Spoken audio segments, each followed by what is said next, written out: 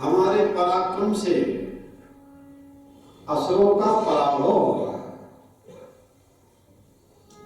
अग्नि देवता, वायु देवता, इंद्र देवता सब अपनी अपनी प्रशंसा किया करते थे कि इस पृथ्वी पर हम ही श्रेष्ठ हैं। प्रत्येक कहते थे कि दैत्यों को हमने पराजित किया है।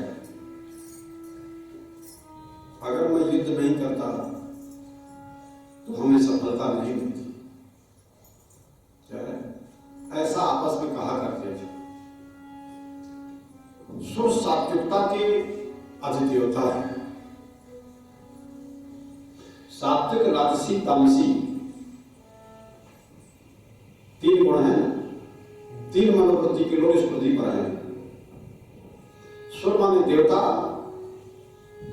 सात्विकता के प्रतीक है। उनमें अहंकार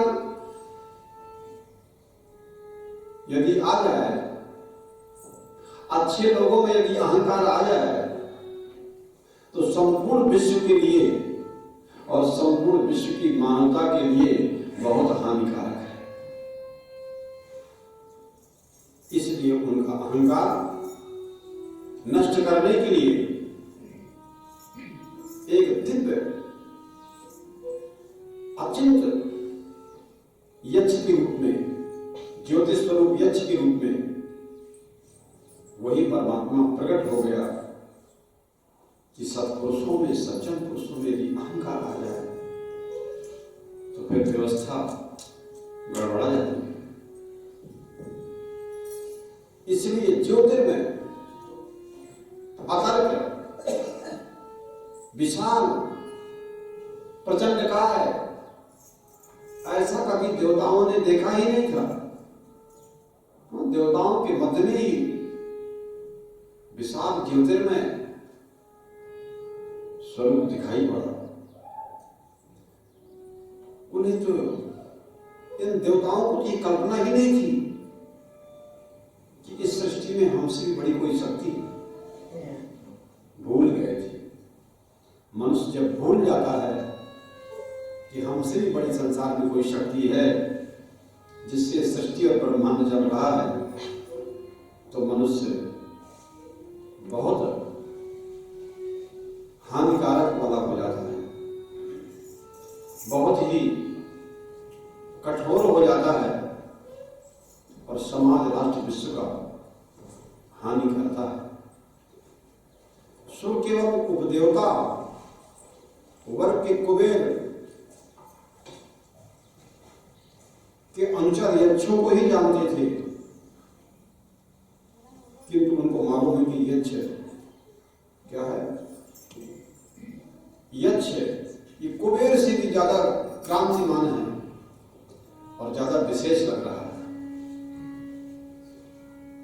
इसलिए ये कौन है? देवताओं के मन में जिज्ञासा हो गई कि ये कौन है जो ज्योतिर्मय दिखाई पड़ रहा है।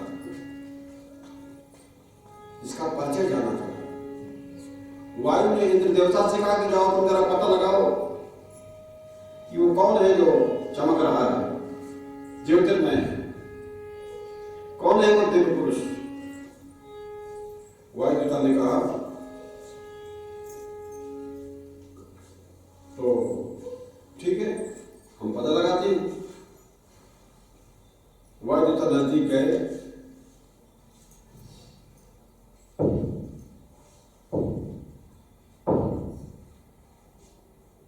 वायु देवता नजदीक गए तो वायु देवता ने यक्ष के समीप जाकर के पूछा कि तुम्हारे अंदर शक्ति क्या है, क्योंकि आदमी शक्ति से ही पावर वाला माना जाता है। तुम्हारे पास शक्ति क्या है? वायु देवता ने पूछा उसी यक्ष से कि तुम्हारे पास शक्ति क्या है। ये हमारे देवताओं के बीच में तुम इस प्रकार से आकर के तुमने अच्छा काम नहीं किया है। हम सबसे श्रेष्ठ हैं और तुमने देवताओं का अभिनंदन नहीं किया। तुम हो कौन? और हम देवता सबसे श्रेष्ठ हैं, तुम कौन हो? तुम कौन हो? यक्ष ने हंसते हुए उपेक्षा पूर्वक पूछा कि भाई तुम ही बताओ कि तुम्हारी शक्ति क्या है। तुम ही बताओ कि तुम्हारी शक्ति क्या है। तुम क्यों समझते हो कि दूसरे तुम्हारा सम्मान करें? तुम क्यों समझते हो कि हम ही संसार में सबसे बड़े हैं?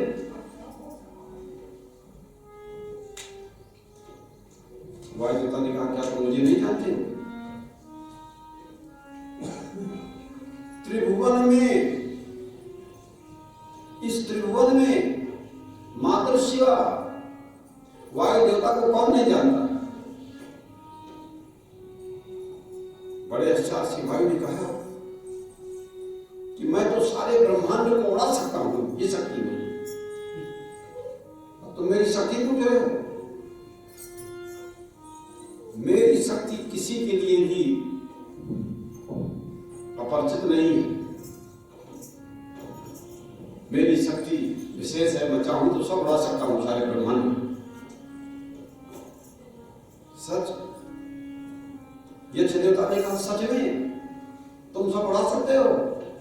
एक तिनका रख दिया यक्ष देवता ने कहा अच्छा पहले इसको उड़ा करके दिखाओ अपनी शक्ति, तुम्हें कितनी शक्ति है, उड़ा के दिखाओ। यक्ष ने हंस किया और वही एक तिनका रख दिया, कहा इसको उड़ाओ। वायु देवता, वायु के इसमें बहुत अधिक अपमान प्रतीत हुआ। अज्ञानी और अभिमानी को ही ज्यादा अपमान मालूम पड़ता है। इस संसार में अपमान किसे मालूम पड़ता है? जो मान में रहता है, जो मान को मैं मानता है, मात को मैं मानता है कि मैं इतनी उम्र वाला हूं और मैं इतने देश वाला हूं कि 3.5 हाथ का हूं, कि मैं इतने वजन वाला हूं। देश काल वस्तु बोलते हैं इसको। देश काल वस्तु जो परिच्छिन्न है, जो सीमित है। माप माने माप माने पैमाना, जो इस पैमाना में, जो इस माप में हम भाव करता है, बोले वही परिच्छिन्न जीव होता है। माया बस परिच्छिन्न जड़, जीव की ईश समान। माया बस परिच्छिन्न जड़, जीव की ईश समान। माया से जो परिच्छिन्न हो गया है वह जीव ईश्वर के समान कैसे हो सकता है? और अज्ञान और अविद्या से घिरा हुआ प्राणी अपने अभिमान में अपने को ही श्रेष्ठ समझता है, ईश्वर को तो पहचानता ही नहीं है। मूर्ति में गया, दर्शन करके आ गया। मूर्ति में दर्शन करना, पूजन करना हमारी क्रियाकलाप है, हमारी श्रद्धा है। पर शिव क्या है, ईश्वर क्या है, परमात्मा क्या है, ये गुरु के बिना जाना नहीं जा सकता है। गुरु बिना भवनीति तारायण।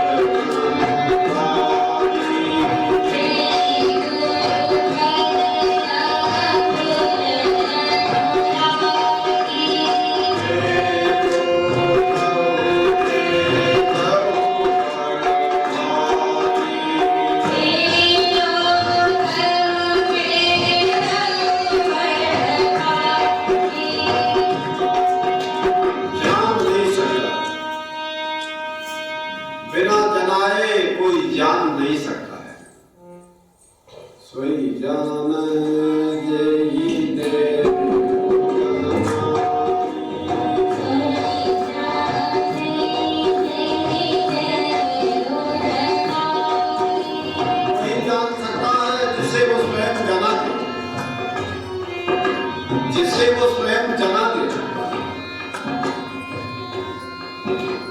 और जो जानता है वही शिव है, क्या है, और वही भूतत्व कहा जाता है, अभेद है। गुरुं शंकर रूपणम्,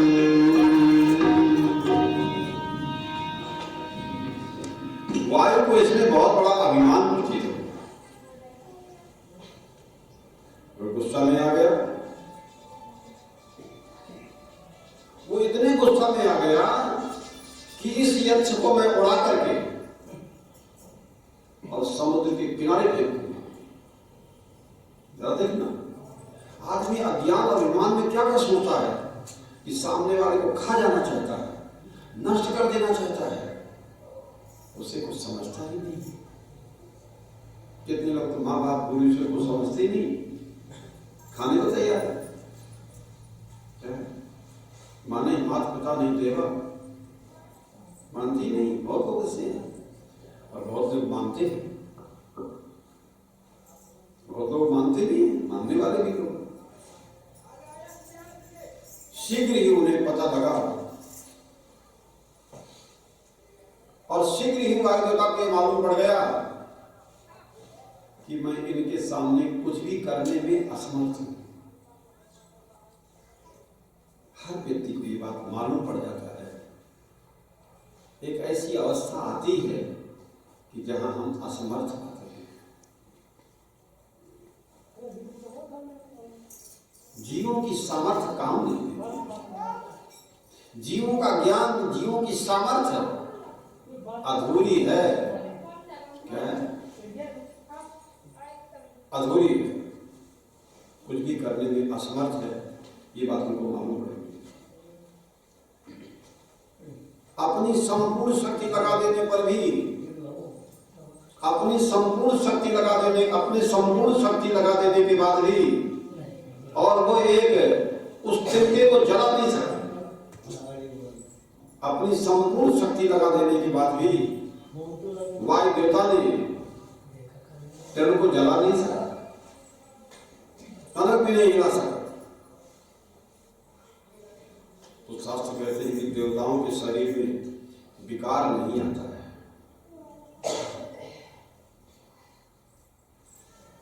माने देवताओं को परिश्रम नहीं करना है। उन्होंने आदेश दिया कि पुल बना दो तो वहां पुल बन जाएगा, आदेश दिया कि नेता लोग की रोड बना दो तो रोड बन गया, बिजली लगा दो। उन्हें विकार नहीं है, वो जोर नहीं लगाना पड़ता, उनके काम सब काम आदेश से होती है। समझे? पर देवताओं के शरीर में कहते हैं कि विकार नहीं आता है। वायु को पसीना नहीं आया, लेकिन लज्जा से उनका सिर झुक गया। उन्होंने केवल इतना कहा यक्ष से कि मैं इस तल को जला नहीं सकता। आप सबको प्रकाशित कर देंगे, इसलिए ज्ञान स्वरूप। और इंद्र ने अग्नि से कहा कि आप ही यक्ष को तरह पता तो लगाए। वायुदेव तो मालूम नहीं कर पाया। अग्नि समीप गए, अग्नि देवता समीप गए, यक्ष की बड़ी तीक्ष्णता नहीं थी। वायु के स्वर में जो तीक्ष्णता थी, वायु में जो तेज था, गति के साथ गए थे, अग्नि में वो नहीं थी।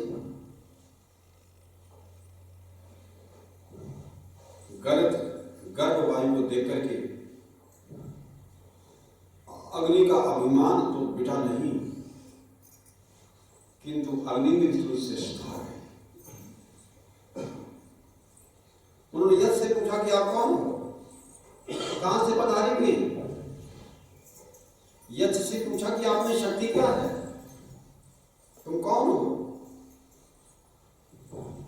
और इस पर यक्ष देवता ने कोई इसका उत्तर नहीं, कोई ध्यान ही नहीं दिया इनकी बात में। उपेक्षा को पूछा कि तुम्हारी शक्ति क्या है?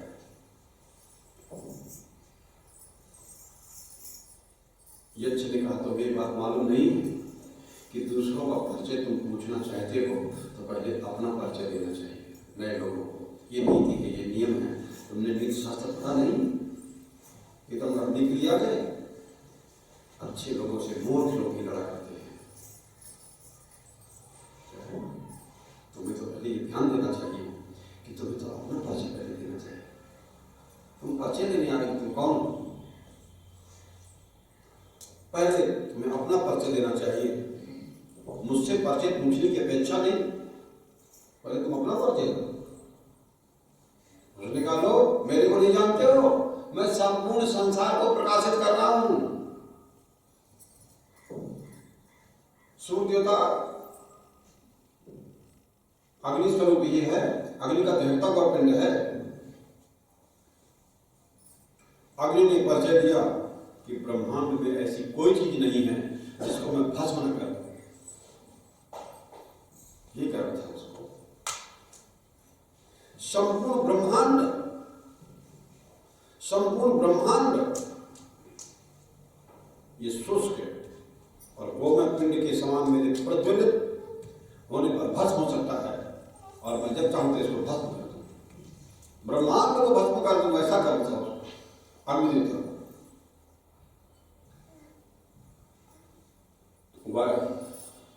यक्ष रूप में जो भगवान थे, यक्ष रूप में, उसने कहा, ऐसा लगता तो नहीं है जैसी तुम बातें करते।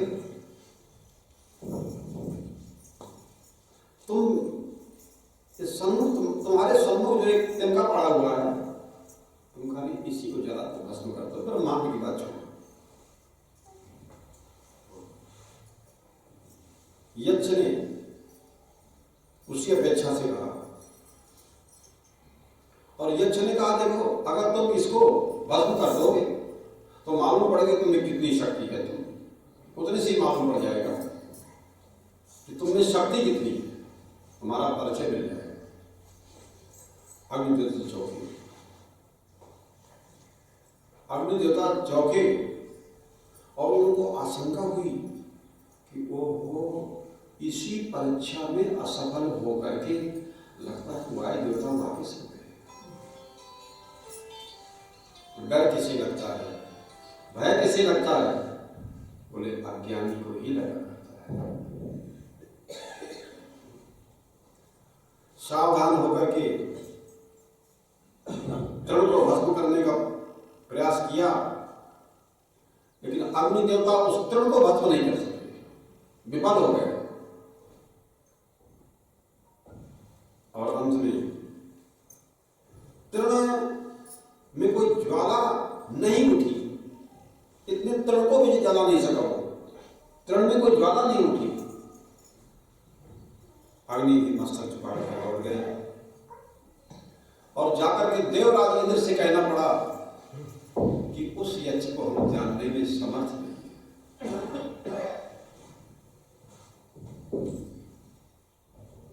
सर्वेश्वर की शक्ति से ही सब समर्थवान है। ईश्वर की शक्ति से सारा ब्रह्मांड चल रहा है, सारी सृष्टि चल रही है। और यदि वो अपनी शक्ति ना दे तो वायु देवता में कोई शक्ति नहीं है, हवा में कोई शक्ति नहीं है, पृथ्वी में धारण करने की शक्ति नहीं है, जल में आप्यायन करने की शक्ति, माने तृप्त कर देने की शक्ति नहीं है, और हवा में प्राण देने की शक्ति नहीं होगी, आकाश में अवकाश खाली जगह देने की शक्ति नहीं होगी, और अग्नि में भस्म करने की शक्ति नहीं होगी अगर वो कोई शक्ति न दे। इंद्र स्वयं यक्ष के पास चले गए।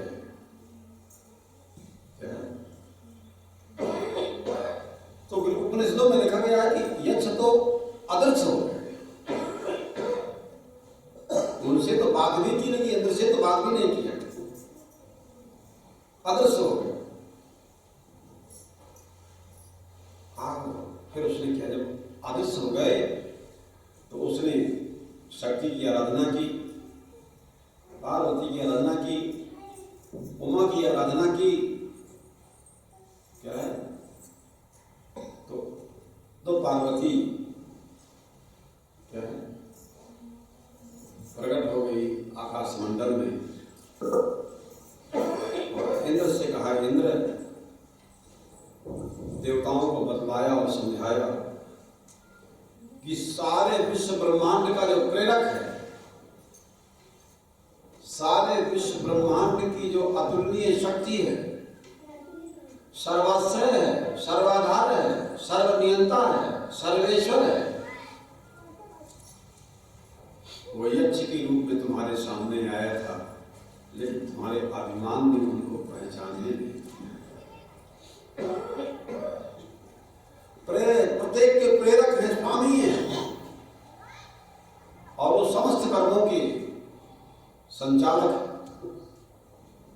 समस्त कार्य करने की शक्ति उन्हीं की कृपा से प्राप्त होती है।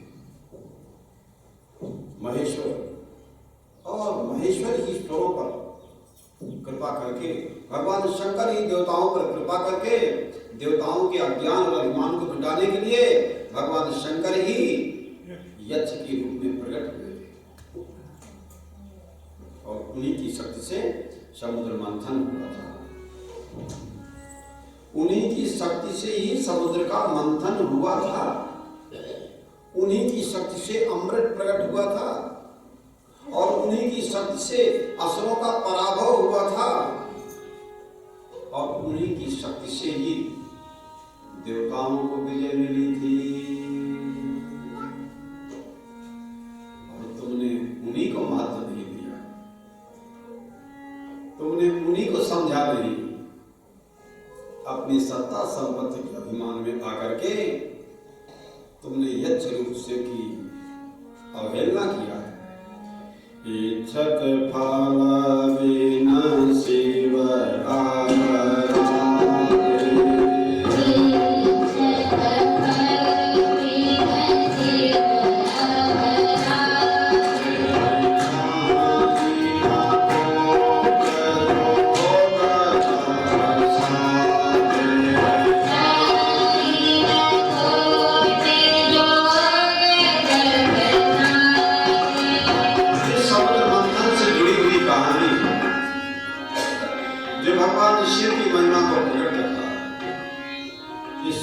वर्णन किया गया ये चैप्टर, और मोहिनी का सम्मोहन वह भी पुराण से जुड़ा हुआ है।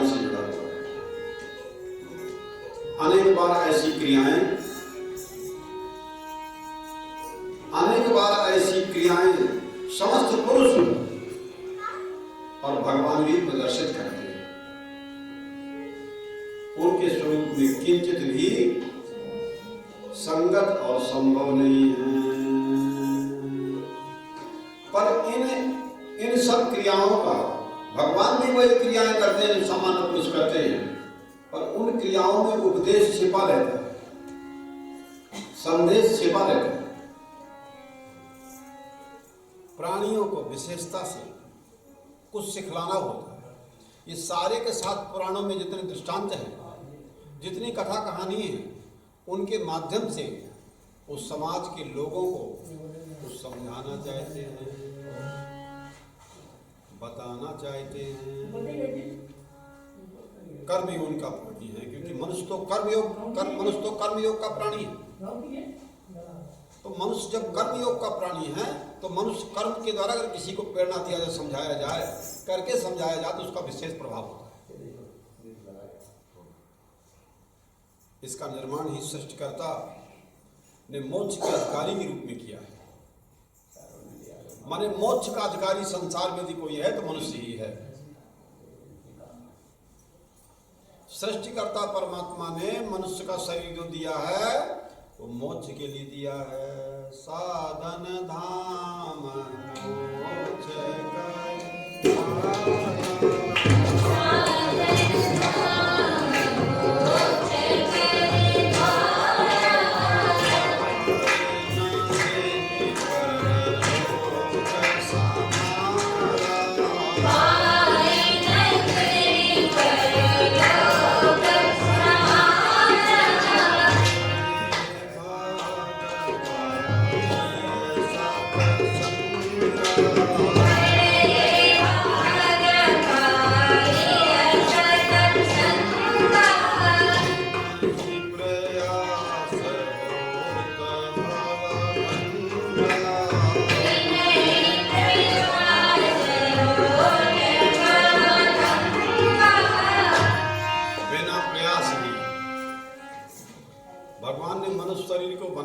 ऐसा है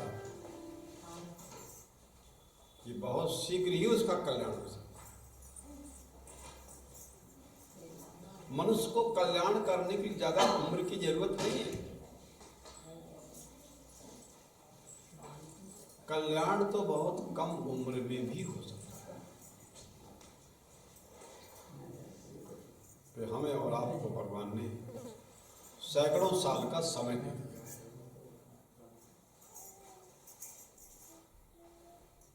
मनुष्य की उम्र लगभग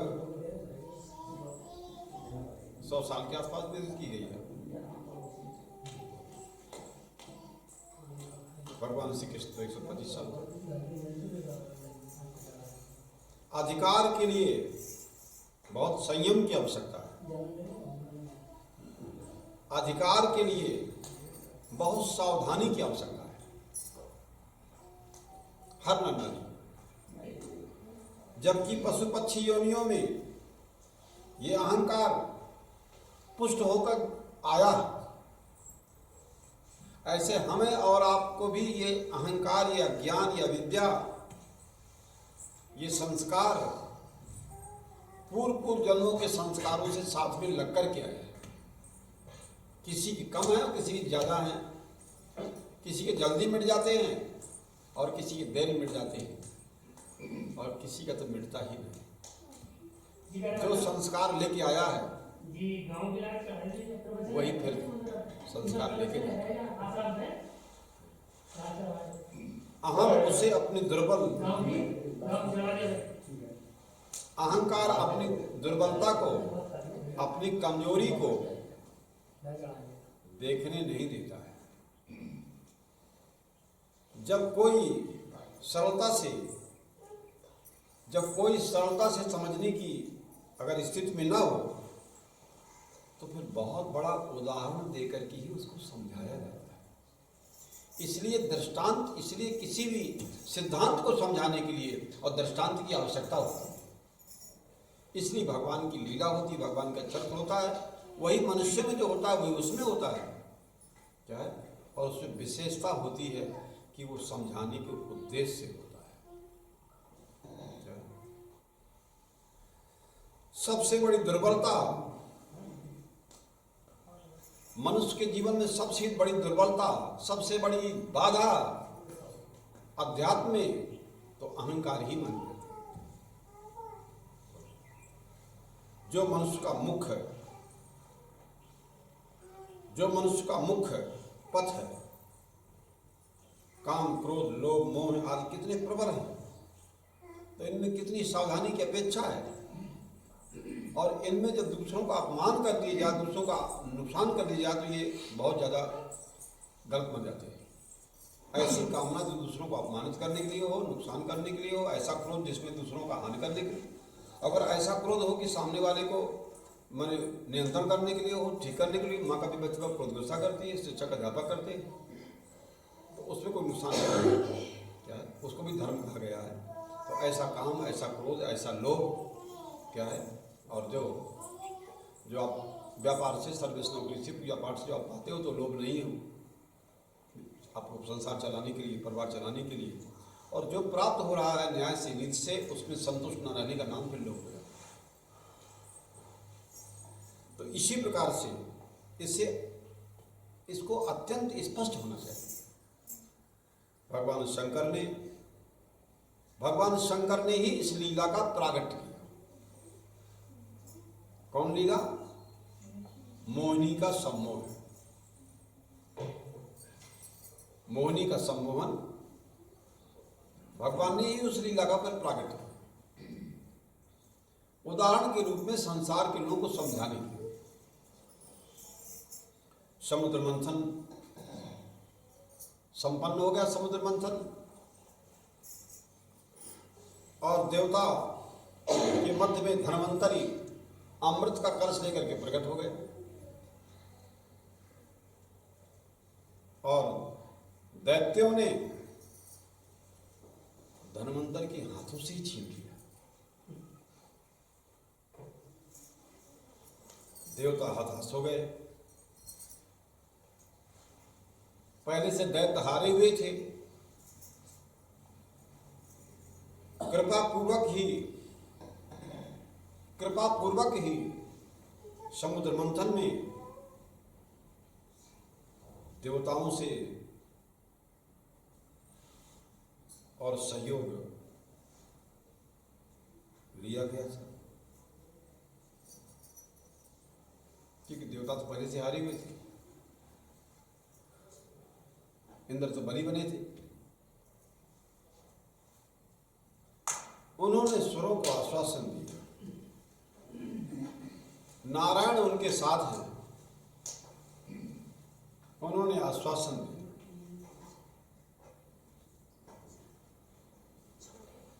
असुरों में स्वार्थ ही ऐसा होता है, असुर वृत्ति, असुर स्वभाव के नर नारी निस्वार्थ होना बहुत कठिन है। अमृत कलश प्राप्त होती ही दैत्यों में परस्पर ही विवाद उपस्थित हो गया। वहां भी एकता नहीं है, मैं छीन के पी लूं, मैं छीन के पी लूं, मैं छीन के ले लूं, मैं बड़ा, ये सब जगह है बड़ा का। ये बड़े का ईमान सब जगह तो दे रहा है, कोई किसी पर विश्वास करने को प्रस्तुत नहीं था। सब समझते थे, सब समझते हैं कि जिससे पहले अमृतपान का अवसर मिलेगा, संभव हो सब पी डाले, दूसरे को दे ही नहीं। तो दैत्यों में भी आपस में ऐसे था, ऐसी उपस्थिति। मान इसी अविश्वास ने, मनुष्य में जब अविश्वास होता है तो अविश्वास से एक ऐसी स्थिति पैदा हो जाती है, और वो अविश्वास वही होता है जहां दुर्बलता होती है, जहां कमजोरी होती है। इसलिए स्वार्थ में एक ने उनको संगठित कर दिया, स्वार्थ के लिए वो सब संगठित हो गए, पर उनके स्वार्थ ने ही और तर्क दे दिया। सुरों में भी सम्मान का क्रम, सुरों ने भी, उन्होंने भी परिश्रम किया है, इसलिए उनको भी अमृत में अधिकार है। बहुत से देवताओं ने कहा भाई दैत्यों ने भी परिश्रम किया है तो उनको भी इसका अधिकार है। बहुत से दैत्यों ने कहा भाई देवताओं को भी अमृत मिलना चाहिए, हर पार्टी में अच्छे लोग होते हैं। वैसे दैत्यों ने कहा कि भाई देवताओं को भी अमृत मिलना चाहिए। उस नेताओं के लिए होते हैं, हर नेता में होते हैं। राजनीति होती है, वही राजनीति का वर्णन सब शास्त्रों में लिखा गया है कि राजनीति ऐसी होती है। सब पुराणों में, सब शास्त्रों में राजनीति बहुत ढंग से वर्णन की गई। सभी शास्त्रों में, सब पुराणों में राजनीति बहुत अच्छे ढंग से वर्णन की है कि राजनीति में ऐसा सब होता है, ऐसा सब हो रहा है, आगे इसे होता रहेगा राजनीति। इसलिए इस तरह के मूल में त्याग है। जीवन में जहां त्याग होता है, न्याय आभास है। सुरों को अमृत प्राप्त होगा, सुरों को अमृत प्राप्त होगा तो पहले हमको भी प्राप्त होगा। ऐसा कुछ आवाज उठाई देखते हुए कि इनको भी मिलना चाहिए। भगवान नारायण ने असुरों के इस विवाद का लाभ उठाया। दो व्यक्ति में परस्पर जब विवाद होता है, तीसरा लाभ उठाता कि नहीं? दो देश में आपस में जब विवाद होता है और आपस में टकराते हैं, तीसरा आकर के अंग्रेज आ गए ना बीच में, फिर गुलाम रहे ना दोस्तों। असुरों के इस विवाद का लाभ विष्णु भगवान ने उठाया। वो सुंदर भुवन मोहिनी रूप में प्रकट हो गए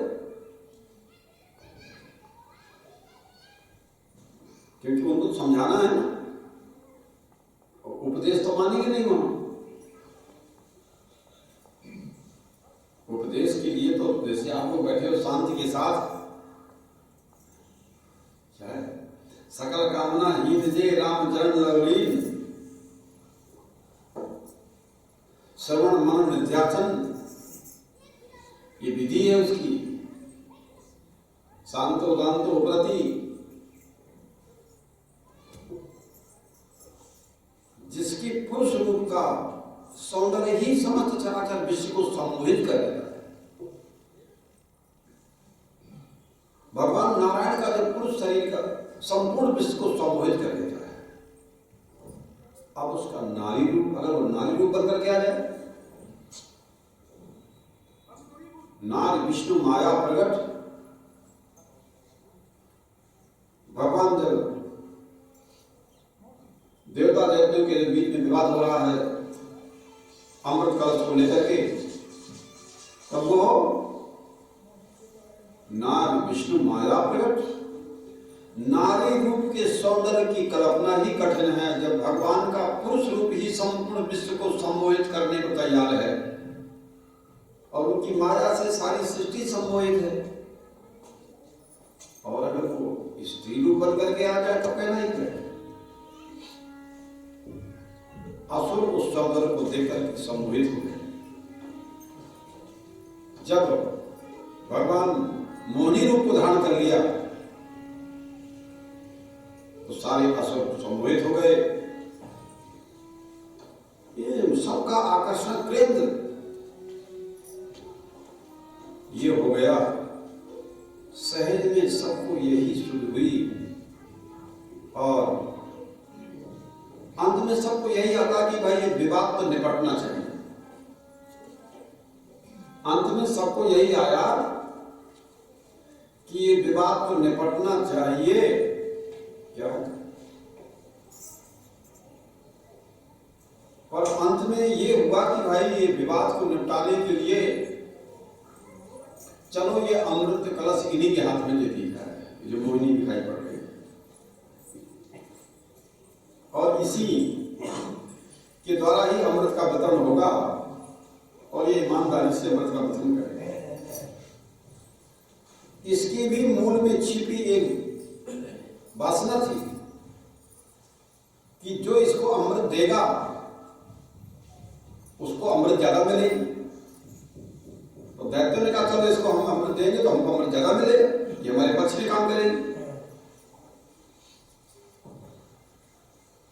और वो इसको अधिक प्रिय होगा जो इसको अमृत देगा।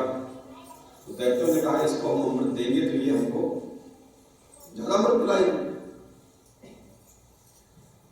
मोहिनी से संभाषण करके और घनिष्ठता स्थापन की असुरों ने परिचय किया और फिर इसलिए जिनके हाथों में अमृत पान करना था, जिन दैत्यों को अमृत पान करना था जिनके हाथों से, उसके साथ उन्होंने घनिष्ठता बनाई और कहा कि इसको मध्यस्थता बनाया जाए। दैत्यों ने कहा इसको मध्यस्थता बना लिया जाए, इसके हाथों में ही अमृत कलश सौंप दिया जाए कि हम लोग झगड़े पड़े, वो उससे छीन ले जा रहा है, वो उससे छीन ले जा रहा है, वो उससे छीन ले जा रहा है और ये झगड़ा मचा हुआ है, परस्पर कहीं विश्वास है नहीं। तो भाई कहीं नहीं तो विश्वास करना ही पड़ेगा। कौनो सिद्ध की बिन विश्वास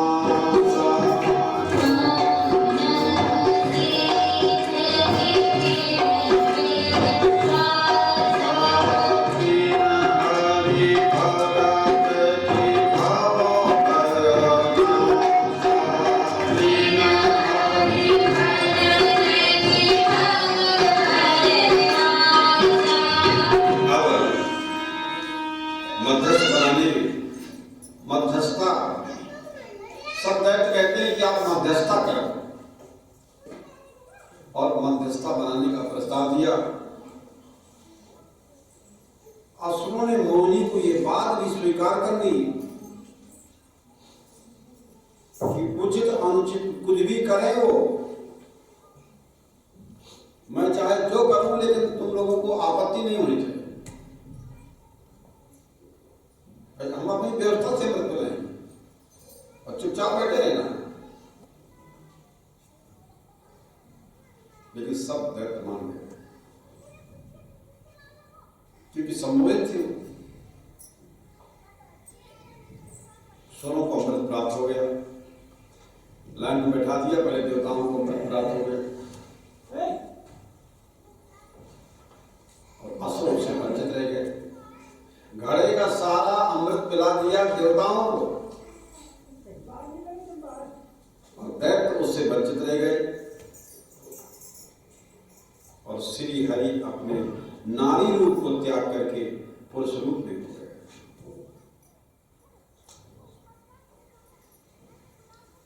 और ये संवाद कैलाश पर शंकर जी के पास पहुंच गया। भगवान शंकर ने इसमें दो तथ्य देखे कि श्री हरि का दर्शन भी होगा और दूसरा, अनंत काल तक संसार के लोगों को मनुष्य के नारी सम्मोहन से कैसे सावधान किया जाए, ये आदमी माया में न फंसे।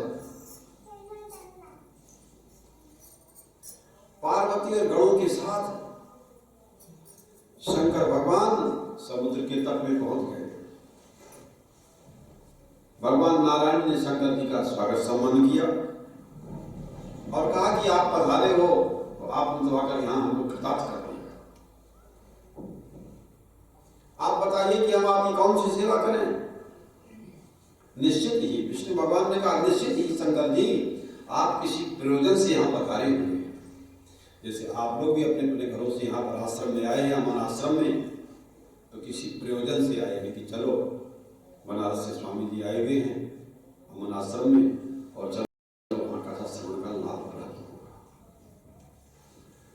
शंकर जी से विष्णु भगवान ने कहा कि आप हमको आज्ञा दीजिए और आज्ञा देकर कृतार्थ कीजिए। श्रेष्ठ और सज्जन पुरुष जो होते हैं उनमें इतनी सज्जनता होती है कि श्रेष्ठ पुरुष कहते हैं कि आप हमको आज्ञा दें। उनको मालूम है कि इनकी सारी की सारी आज्ञा धर्म के अनुकूल होगी।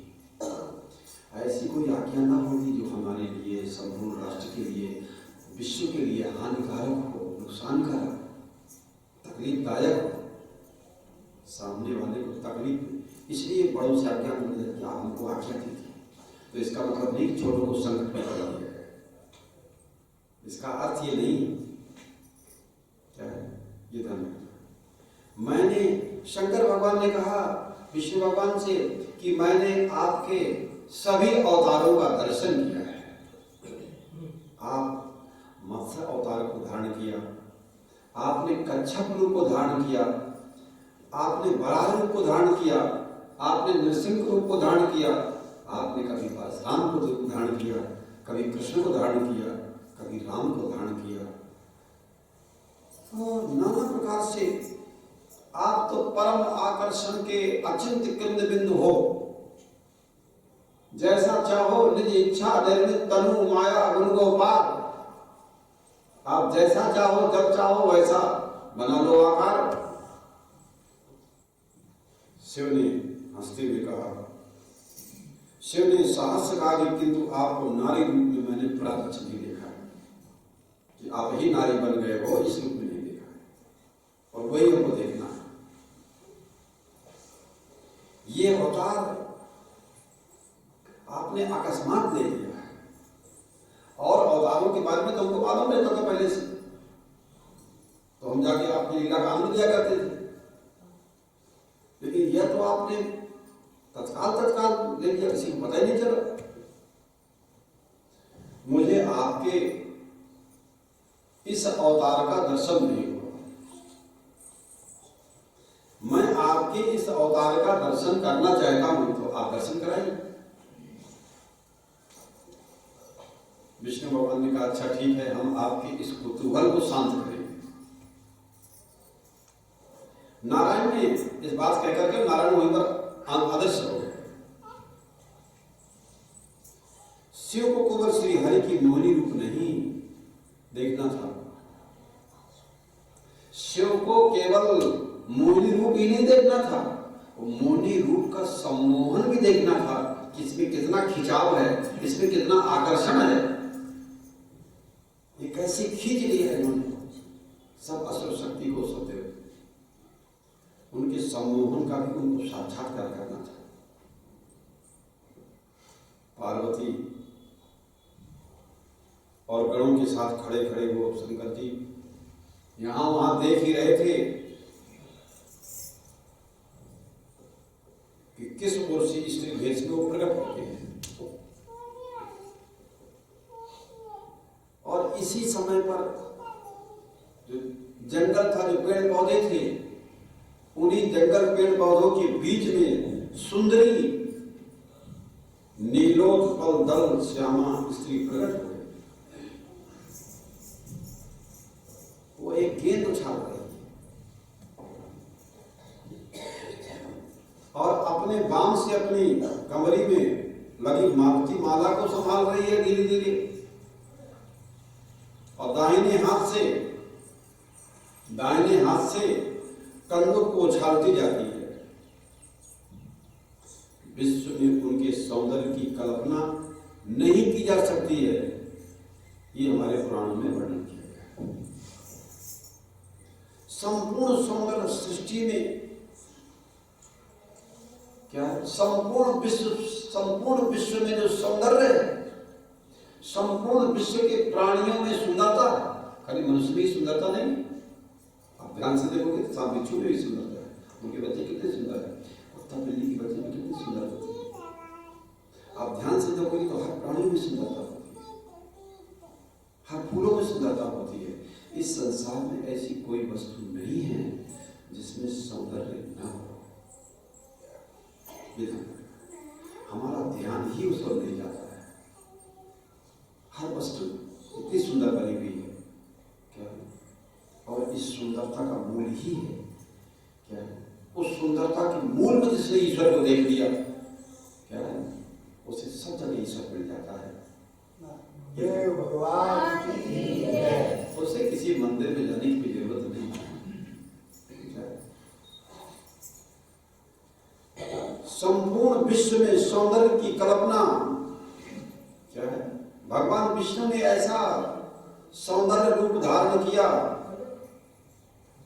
कि ऐसे तो संपूर्ण विश्व में कल्पना ही नहीं हो सकती थी। संपूर्ण विश्व की संपूर्ण सृष्टि में एक भगवान के सौंदर्य माधुर्य सुधा सिंधु के एक कण से इस सारे संसार में सौंदर्य दिख रहा है। सारे संसार में सौंदर्य जो बिखरा हुआ है हम में और आप में, वह ईश्वर का सौंदर्य सब में बिखरा हुआ है। उनके एक कण में सीकर से त्रैलोक वसुपास, सीकर से त्रैलोक वसुपास। भगवान जो सच्चिदानंद आनंद है, उसी आनंद का आनंदांश एक अंश ईश्वर, अंश जीव अविनाशी, सब में वो आनंद रूप में बैठा हुआ है। इसलिए सब अपने आप में आनंद का अनुभव करते हैं। हमारे पास कुछ भी ना हो पर हम जब चाहे तो आनंद का अनुभव करें। वस्तुओं से, पदार्थों से, संबंधों, भोगों से मिलने वाला जो आनंद होता है वह परिच्छिन्न होता है, और एक आनंद होता है जिसे भोग रहित आनंद कहते हैं क्या है, और वो सभी को ज्ञात नहीं होता है। और भगवान हमेशा उसी आनंद में रहते हैं जो आनंद सिंधु सुख राशि, जो आनंद सौंदर्य सिंधु का राशि है, जो आनंद सिंधु सुख राशि और सीकर से त्रैलोक सुख राशि। इस संपूर्ण त्रैलोक में जो सुख आया है, सौंदर्य आया है, और उसी की एक कण से आया है, उसी का एक कण है। अनंत सौंदर्य तो आंखों से देखा नहीं जा सकता है, हाथ से पकड़ा नहीं जा सका है, इंद्रियों में शक्ति और सामर्थ्य नहीं, भगवान कहते हैं कि भक्ति के बिना मुझे देखा नहीं जा सकता है। भक्ति स्वतंत्र सकल गुण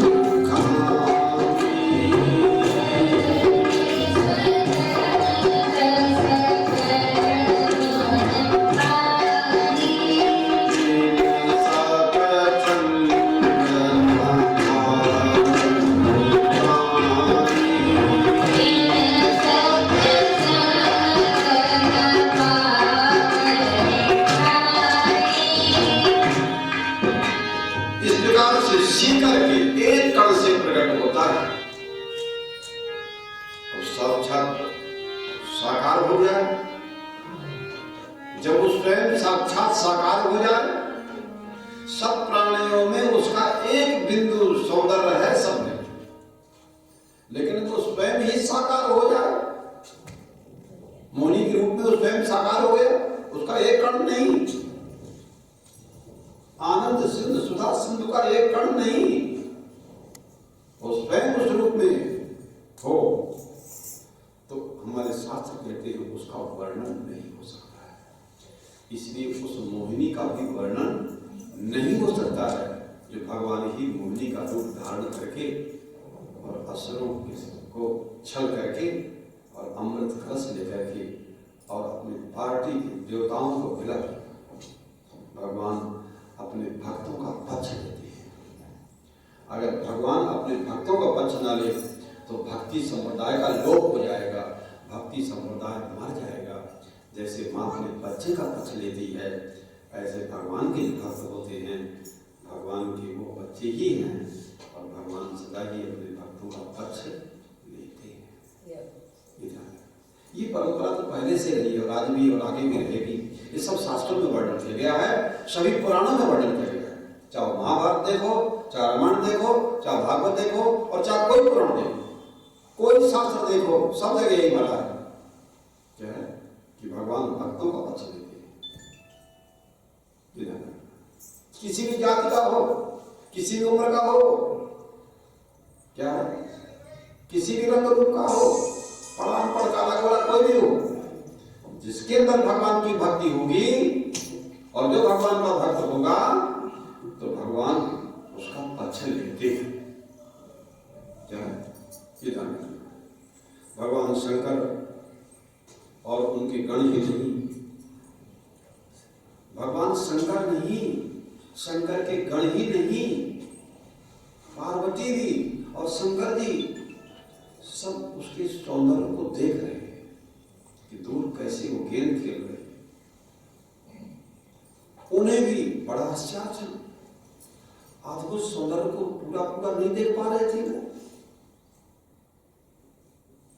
बड़ा आश्चर्य हुआ था कि हाँ पार्वती को बड़ा आश्चर्य हुआ और शंकर जी और उनके गणों को बड़ा आश्चर्य हो रहा था कि वो अपने आप में ही तन्मय है, वो ऐसे खेल रही जैसे उसे किसी की अपेक्षा ही नहीं। इस संसार में बिना अपेक्षा के रहना वही आनंद और वही सच्चिदानंद का हेतु है। अपने आप में तन्मय है, अपने आप में प्रसन्न है, ऐसा देखा जैसे जैसे उसके अतिरिक्त और कोई दूसरा है ही नहीं, ऐसे वो नहीं अपने आप अकेले खेल खेल रही। उसका व्यवहार तो ऐसा था कि मानो वह एकांत में भगवान बृहद्ध्वज की और उनके गणों से सर्वथा अनभिज्ञ है वो, ऐसा व्यवहार कर रहे थे। जबकि शंकर जी के गण और शंकर जी और पार्वती उसको देख रहे हैं और वो भी वहां इस प्रकार से वो लीला कर रही है कि ताकि देख सके, लेकिन वो अपने आप में इतनी तन्मय थी अकेले कि इन लोगों को मालूम पड़े कि इन लोगों को हमने देखा नहीं और इनसे कोई मतलब नहीं, अनभिज्ञ। भगवान शंकर और उसके गण वैसा अधो संपर्क को देख रहे हैं और आनंद हो रहे हैं। मोहिनी सचमुच अपनी कंदुक क्रीड़ा में इस प्रकार से लीन थी, गेम खेल रही है कि वो किसी की ओर देख भी नहीं रही, कोई दूसरा वहां पर है नहीं। अपने आप में अपने आप में अपने आप में लीन रहना, अपने आप में अपने आप में अपने रस में आनंदित रहना, उसी को बोलते हैं आत्मा। जब जीवन में किसी की अपेक्षा नहीं रहती, न धन की, पद की, न भोग की, तब आदमी का जो आनंद होता है उसे ब्रह्मानंद। ब्रह्मानंद सदा है लीना, और सर्गाधिक ऋषि उसी ब्रह्मानंद के आनंद में हमेशा लीन रहते हैं। और उस आनंद का वर्णन कोई कर नहीं सकता है, वर्णन नहीं कोई कर सकता है। ब्रह्म का जो वर्णन है वो हो ही नहीं सकता है, इसलिए ब्रह्म अवर्णनीय कारण है। ब्रह्म का सुख अनुभव करते हुए और उसने किसी की ओर देखा नहीं, मोहिनी अपने आप में अपने आप से अपने आप में वो आनंदित और गेंद खेल रही है दूर झाड़ियों के बीच में, जंगलों के बीच में। शंकर जी गण और उसकी पार्वती देख देख करके और सोच नहीं पा रहे कि कौन है,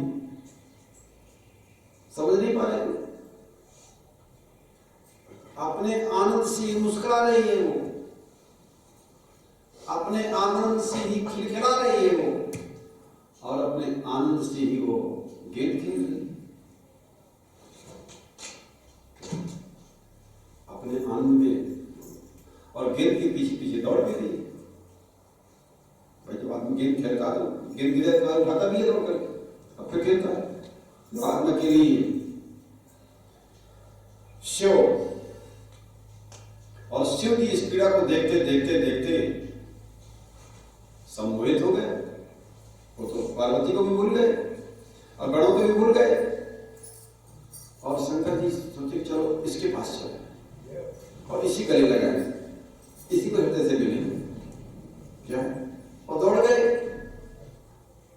क्या पार्वती बुलाती रही लेकिन कोई शंकर को ध्यान ही नहीं, सम्मोहित हो गए। आप भी सम्मोहित सब छूट जाता है, माँ बाप सब छूट जाते हैं, आदमी समझ रहा ना तो सब छूट जाती है, माँ बाप गुरु सब छूट जाते हैं, सब चीजें छूट जाती है। हाँ तो वो सब, हाँ सम्मोहन रास को देख करके, मैंने सम्मोहन रास को देख रास नहीं सीखते, रास क्या है, समूह खजाना, रसो रासो क्या रसयो रसम लब्धा आनंदी भवती, बोले इस रस को प्राप्त करके मनुष्य हमेशा आनंद में रहता है। यही तो आनंद, यही तो आनंद महात्माओं का आनंद होता है क्या है, और जिससे हम किसी को दे नहीं सकते क्या है। वो जिसे जानना वो जान सकता है, लेकिन उसकी स्थिति ऐसी आती है क्या है कि संसार का विस्मरण किए बगैर और उसमें तन्मय हुए बगैर, तन्मय धाम, उसमें तन्मय हुए बिना, उसमें एक हुए बगैर, उसमें मिले बगैर, उसका रस, उसका आनंद उसे नहीं मिल सकता है। जिसे गंगा की धारा चलते जब जाकर हिमालय से सागर मिल जाती है तो वो मैं गंगा हुई भाव छूट जाता है और सागर में मिलकर के सागर ही हो जाती है। ऐसे कोई जीव ईश्वर का चिंतन करते करते, भगवान का चिंतन करते करते और उसी मिलकर के वही रूप हो जाता है। तब कहा गया गुरु शंकर रूपणम, तब गुरु और शंकर उससे को एक बताया, वो बताया। भूल गए शंकर जी के पास तो उनके गण भी थे, शंकर जी उसको भी भूल गए। विशुद्ध होकर के, विमुक्त होकर के से देख रहे हैं। और कभी कभी वो मोहिनी वो अपना खेल करते हुए कभी कभी और अपलक नेत्रों से कभी कभी और उलट करके देख भी लेती है एक नजर शंकर जी की ओर। क्या कि शंकर जी हमारे नजदीक आ रहे हैं। वो सारा खेल तो उनको शंकर जी का आकर्षण करने में थे। क्या हरि और हर का मिलन होने में, शिव और नारायण का मिलन होने में। बस कभी कभी वो एक खेलती है अकेले, कभी एक नजर देख भी लेती है ध्यान से शंकर जी की ओर। इसी प्रकार से कभी उसकी और बाल खुल गए, कभी उसके मल्लिका खुल गए, कभी उसकी कवली खुल गई, क्या कभी उसकी जो माला है वो भी गिर गया। खेल में समझ होता है। कंडो कीड़ा गेंद खिला कर चुकी और गेंद खेलते खेलते गेंद दूर चली गई। अब हाथों से गेंद लेने के लिए दौड़ी, तो अब गेंद लेने के लिए जब दौड़ी वो जोर से और हवा तेजी से चल रही थी, तो जो कपड़ा पहनी थी वो भी छूट गया। किसके? मोहिनी की, क्योंकि वो तो सब लीला है, वो लीला सब होता ही है। वो सब छूट गया। वो नग्न होकर के और लज्जित भाव से वृक्षों के पीछे छिपने लगे। लज्जा निवारण के लिए वृक्ष, और महेश्वर का धैर्य समाप्त हो गया। वो मोहिनी को पकड़ने के लिए दौड़े और गण और पार्वती सब वहीं पर है, उनकी हिम्मत नहीं पड़ी। मोहिनी भी अपने मुंह को छिपा रही है और कहीं बीच में अपने मुंह को दिखा भी रही है, शंकर जी को ललचा भी रही है, बच्चों के पीछे छिप भी रही है, प्रकट भी हो रही है। क्या है? हमारे शास्त्रों में माया की 3 भेद कहते हैं। विमुख जन्मोहिनी माया, स्वजन मोहिनी माया, और अंत में है स्वमोहिनी माया, स्वजन मोहिनी माया और विमुख जन्मोहिनी माया। 3 उसके रूप बताए गए माया। इसे सामान्य भाषा में माया कहते हैं। माया के 3 भेद है। विमुख जन्मोहिनी माया एक ऐसी माया है कि भगवान से विमुख कर दे, एक ऐसी माया कि भगवान से मिला दे। भगवान तुम्हारा संबंधी बन के मिल जाए, तो विमुख जन्मोहिनी माया कहते हैं। विमुख जन्मोहिनी माया जिस प्रभु की माया ने संपूर्ण विश्व को भगवान से अलग कर दिया, उनको समय भगवान नहीं दिखता है। उन प्राणियों को सब में भगवान का सौंदर्य, सब में भगवान का ज्ञान, सब में भगवान की सत्ता, सब में भगवान का आनंद नहीं दिखता। क्यों नहीं दिखता? क्योंकि भगवान की विमुख जन्मोहिनी माया है। और इसी भगवान की विमुख जन्मोहिनी माया ने सारे संसार के लोगों को क्या है? विमुख हो गए। तभी तो आप लोग इतने लोग बैठे हो। अभी लड़ाई हो जाए तो सब आदमी इकट्ठा हो जाएंगे बाहर। चलो अच्छा झूठी लड़ाई तो चलो कर ले, झूठी मूठी गाली देना शुरू करते हैं। आज तुम लोग हो जाओ, आज तुम लोग हो जाओ, झूठी मूठी लाठी पट को गाली दो, देखो पत्थर मारो, झूठी मूठी, और पारा के सब आदमी इकट्ठा हो जाएंगे। यही है मेरे बोल पे झगड़ा के लिए इकट्ठा हो जाएंगे बैठने के लोग। चलो झगड़ा देखें कैसा हो रहा है। सारे काम छोड़ के। लेकिन अमन आश्रम पर देखो भी आप लोग इतने लोग बैठे हो, भाग्यशाली हो, तुम लोग अच्छे लोग हो कि आप लोग श्रद्धा है, भक्ति है, भावना, प्रेम से आए हो। कोई लड़ाई झगड़ा देखने नहीं आए हो। क्या है? आप लोग श्रद्धा से आए हो, प्रेम से आए हो, भक्ति से आए हो, इसलिए आप लोगों का आना सार्थक है। यहाँ श्रवण की विशेषता है, शांति के साथ बैठना है।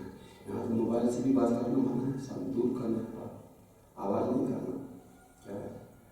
तो उसे संपूर्ण प्राणियों को सम्मोहित कर रखा है भगवान की माया ने, इसलिए सारे प्राणी भगवान से विमुख हो रहे हैं।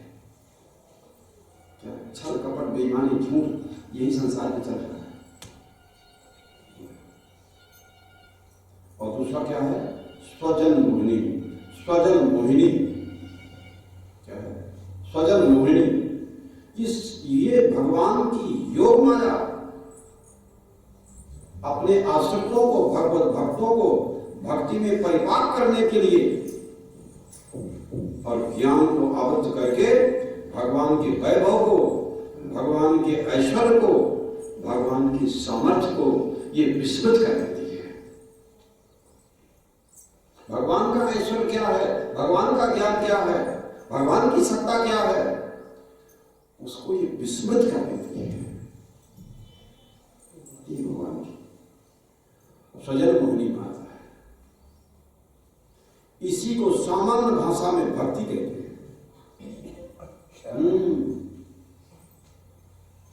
इसके कारण सर्व लोकेश्वर, इसी कारण से लोकेश्वर, लोक के ईश्वर परमेश्वर कभी अपने भक्तों का पुत्र बन जाता है, कभी सखा बन जाता है, कभी पति बन जाता है, कभी पत्नी बन जाता है, कभी स्वामी बन जाता है और कभी सेवक बन जाता है। जय हो प्रभु।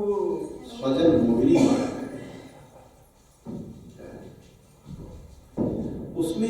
उसमें ये सब सारी की सारी शक्ति है। भगवान में सारी की सारी शक्ति समर्थ है और भगवान अपने भक्तों के लिए कुछ भी बन सकते हैं। ये बात भक्त भूल जाता है कि भगवान ही इन सब रूपों में बने हुए क्या है, और ये भगवान की माया उसको भुला देती कि भगवान ही हमारे माँ बाप बने, वही हमारे गुरु बने, वही हमारे शिष्य बने, वही हमारे बंधु बांधव। भक्ति तो करते हैं बहुत लोग, पर इस बात को भूल जाते हैं कि जिसकी हम भक्ति करते हैं वही ये बन करके आया है। इस बात को लोग भूल जाते हैं, इसलिए भक्त लोग भी परेशान रहते हैं। इसलिए ज्ञान के बगैर भक्ति अंधी मानी जाती है।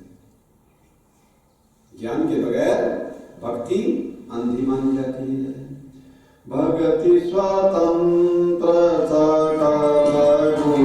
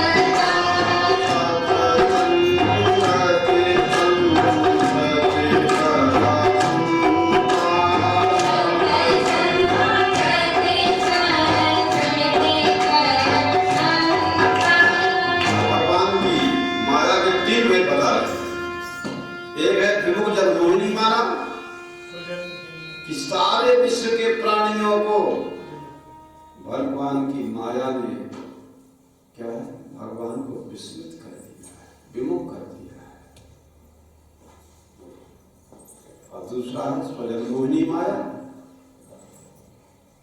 भगवान हमारे स्वजन संबंधी बन के बैठे हैं।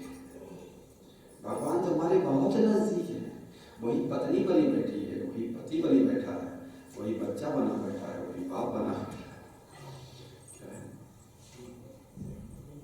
और उनकी माया उसको पहचानने नहीं देती। अगर इन संबंधों के रूप में ईश्वर मिल जाए, अपनी आत्मा के रूप में परमात्मा मिल जाए, तो ईश्वर हमारे कितना नजदीक हो जाए।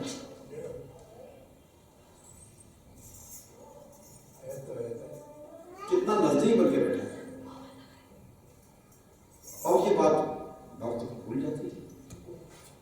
बड़े बड़े भक्त भी इस बात को भूल जाते हैं। भगवान की माया उनको बुला देती है। चाहे नारद जी हो, चाहे सती हो, चाहे करुण जी हो,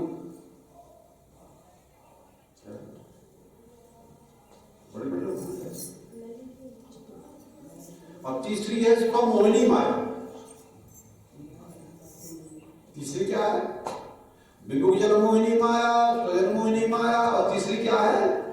स्वमोहिनी माया। ये भगवान की आहादनी शक्ति, ये भगवान की जो आहादनी शक्ति है वो स्वयं भगवान को भी मुक्त कर देती है। जैसे राधा राधे आगे बढ़ते सीता जी राम को मुक्त कर दी है, उन्हीं की माया।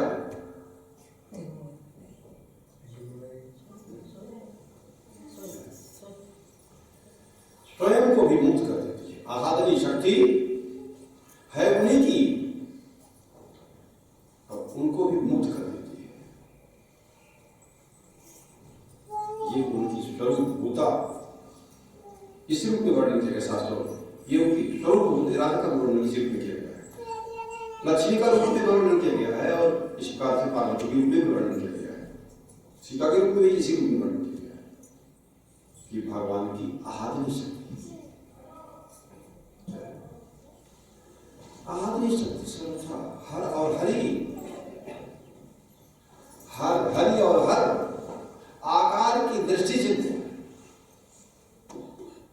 पति और पत्नी आकार की दृष्टि से दो हैं, पिता और पुत्र आकार की दृष्टि से दो हैं, सास और बहू आकार की दृष्टि से दो हैं, गुरु और शिष्य आकार की दृष्टि से दो हैं, पर तत्व की दृष्टि से एक है। और उस तत्व की दृष्टि को देने के लिए, ज्ञान दृष्टि को देने के लिए आध्यात्मिक गुरु होता है। इसलिए गुरु के बिना सही ज्ञान नहीं होता है। स्कूल का ज्ञान तो सब पेट पालने वाला ज्ञान है, संसार चलाने वाला ज्ञान है, उससे भवसागर पार नहीं होगा। उस विद्या से भवसागर कोई पार नहीं हो सकता है। भवसागर पार जा पावा, राम कथा ता कर दृढ़ नावा। नाव है तो भगवान का लीला, भगवान का चित्र, भगवान कथा नाव की तरह बैठ जाओ बस आराम से पार। कर्णधार सतगुरु दृढ़नावा, और दुर्लभ सार सुलभ कर पाओ। कर्णधार सतगुरु दृढ़नावा, हमारे नाव को खेने वाला कौन है? सतगुरु। कर्णधार सतगुरु दृढ़ नाव, और दृढ़ नाव है, डूबने वाले नहीं है। और गुरु जी उस बात में चुपचाप बैठना हमारे को, बीच में कूद गए और घबरा गए और भाग गए, सब गड़बड़ हो तो सर बदलना नहीं है, बीच में पलटना नहीं है, बीच में भागना नहीं है। किसी के सिखाए पर नहीं चलना। शिव और हरि, शिव और हरि आकार की दृष्टि से दो हैं। गुरु के मालूम रहता है, आध्यात्मिक गुरु, भौतिक गुरु को नहीं, आध्यात्मिक गुरु के मालूम रहता है कि हर और हरि एक है, जीव और शिव एक है। उसी बात मालूम है, तब तुम्हें हम एक हैं ऐसा, तभी तो उसमें आत्मीयता रहती है, तभी तो अपने संभालता है। जैसे हम अपने बच्चों को संभालती ऐसे गुरु सब शिष्यों को संभालता है, उसके अंदर अलग प्रेम होता है, दूसरों के अंदर थोड़ी हो सकता है। एक माँ के अंदर उसमें बच्चे के प्रति भाव होता है, एक माता पिता के अंदर बच्चों को भाव होता है, ऐसे ईश्वर के अंदर भी संसार के समस्त प्राणियों के प्रति वही भाव होता है, व्यापक भाव। सब मम प्रिय सब मम उपजाए, और सबसे अधिक मन जून भगवान। तत्वतः एक ही परम तत्व दो रूपों में अव्यक्त हुआ है, वही शिव कहते हैं और उसी को हरि कहते हैं, दो रूपों में। इसलिए मोहिनी तो स्वयं हर थे, मोहिनी तो स्वयं हर थे, और दूसरे शब्दों में शिव की तो मोहिनी माया थी, वो तो शिव को ही मोहित कर रहे, और शिव मोहित ना हो जाते उनकी माया कैसे? और शिव स्वयं मोहित होंगे तब तो दूसरे मोहित होंगे। शंकर जी कहते हैं हमारी माया हमको होती है और हमारे संग के आए बगैर माया से छुटकारा नहीं हो सकता। क्या है? तो वो तो भगवान की लीला हो गई। इसलिए शिव का सम्मोह है, इसलिए ये शिव का सम्मोह है, काम प्रेरक है। ये शिव का सम्मोहन काम प्रेरित है। पुराणों में लिखा है कि ऐसा भ्रम नहीं होता है। और जिस नर नारी के अंदर ऐसा भ्रम होता है कि शंकर काम प्रेरित है, बोले वो तो शिव तत्व को पहचानता ही नहीं है। हर हर हरि को कागज भले पहचानता था, लेकिन उसकी एकता का बोध और अनुभव नहीं। उन्होंने मदन को भस्म कर दिया। ये भ्रांत किसी को नहीं रहना चाहिए। काम को पहले भस्म कर दिया था और लीला में लेकिन दिखता यही है। लीला में दिखता यही है कि उसी शत्रु ने, उसी काम ने शंकर जी को पराजित कर दिया। मोहिनी से शंकर जी हार गए और मोहिनी काम जीत गई। ये लीला में दिखता तो वैसा है, पर वास्तव में ऐसा है नहीं है। ये ध्यान रखना। क्या है? मद नालिका का ये समूह भी ध्यान में आ गया तो व्यक्ति मद जयी, मदन जयी हो जाता है। अगर ऐसा ध्यान आ जाए तो आदमी भी बोले और काम को जीतने वाला हो सकता है। ये ध्यान। शिव का व्यागंबर, अब शंकर जी का जो व्यागंबर था पहले थे, और मोहिनी को देख करके उनका व्यागंबर भी छूट गया। क्या है? शंकर जी का व्यागंबर छूट गया और दिगंबर होकर के मोहिनी के पीछे पीछे दौड़ रहे थे। दिगंबर उन मोहिनी को दौड़ करके पीछे से उनका केस पकड़ा और वहां कोई दूसरा था ही नहीं, जंगल लताओं के बीच में, न कोई शंकर जी के साथ में, न कोई मोहिनी के साथ में। क्योंकि ये लीला दूसरा बाधक होता है, तीसरा होता ही नहीं। तीसरा तो बाधक होता है। क्या है? इसलिए मोहिनी को दौड़ करके पीछे से शंकर भगवान ने केस पास पकड़ा और अपनी भुजाओं में उसको आलिंगन की।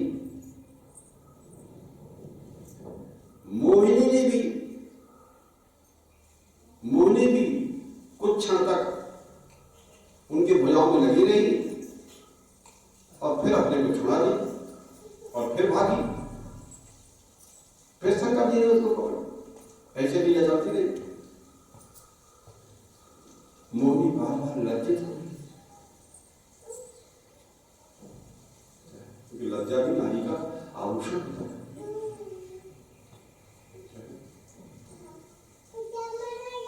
भयभीत हो रही है, कोई देखना।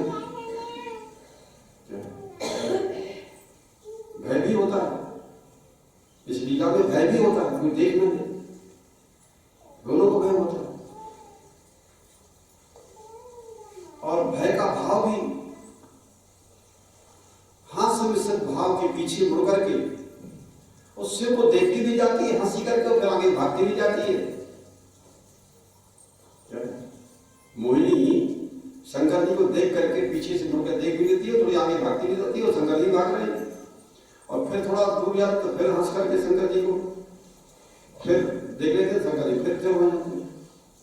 दौड़ती जाती थी और शंकर जी उसके पीछे भागते थे और घोर जंगल में पहुंच गए। मोहिनी ने उसको अनेक ऋषियों के आश्रम में दौड़ाया। मोहिनी ने उसे अनेक ऋषियों के आश्रम में दौड़ाया।